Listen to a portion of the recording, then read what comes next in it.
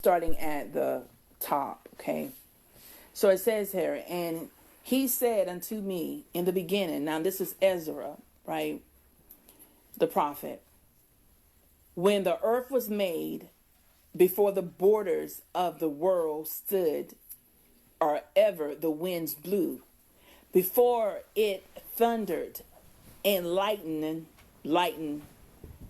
or ever the foundation of paradise were laid, before the fair flowers were seen, or even the movable powers were established, before the innumerable multitude of angels were gathered together, or ever the heights of the air were lifted up, before the measures of the firmament were named, or ever the chimneys in Zion were hot, and the present year were sought out, and are ever the inventions of them that now sin were turned, before they were sealed that have gathered faith for a treasure. Then did I consider these things, and they all were made through me alone, and through none other. By me also they shall be ended, and by none other. Now this is the Most High speaking. Then answered I and said, what shall be the parting asunder of the times? Or when shall be the end of the first, and the beginning of it that followeth? And he said unto me, from Abraham unto Isaac, when Jacob and Esau were born of him, Jacob's hand held first the heel of Esau. And it says here in the 9th verse, says, for Esau is the end of the world, and Jacob is the beginning of it that followeth. So when you hear that, this actually speaks about Jacob and Esau. When you go back to the storyline in Genesis around the 23rd, the 24th, 25th verse, where it speaks of that father told Rebekah that it was two different nations in her womb. They were twins, but they were two different nations. So it says Esau is the end of the world. So in this dominion right here, where you see Esau, the Edomites, the Romans, where you see that they are ruling and have been ruling for almost, over 2,000 years.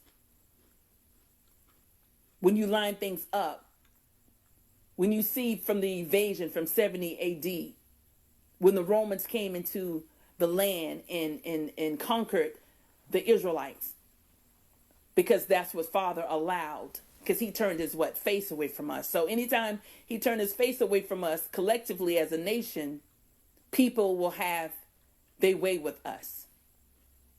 So going all the way back to 70 AD, Esau, Edom, Chittim, Rome, Italy, they're all the same. They became as one.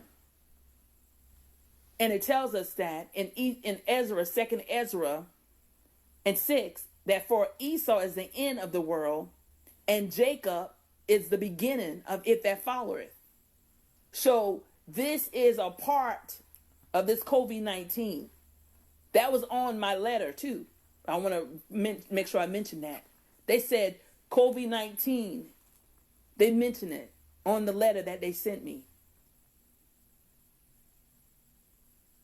We'll relook at this again after these amount of days. I want to say it was over 50 days. We'll relook at this. Look at what? Family, this is the change that is about to come and about to hit this earth like never before. Jacob got next. If it's not the actual, timeline as we know according to scriptures of what we were taught and trying to line it up, because when these people did not include us in their prophecies at the forefront and pointing to the people then we knew they were at fault in giving us truth. Amongst all the other lies they have told us, right? But it says here, 2 Ezra 6:9, for Esau is the end of the world. And you say, well, what does that mean? Well, Esau is in dominion. He was prophesied to him that he will have dominion over Jacob's seed for a period of time. And they got that back in 70 AD.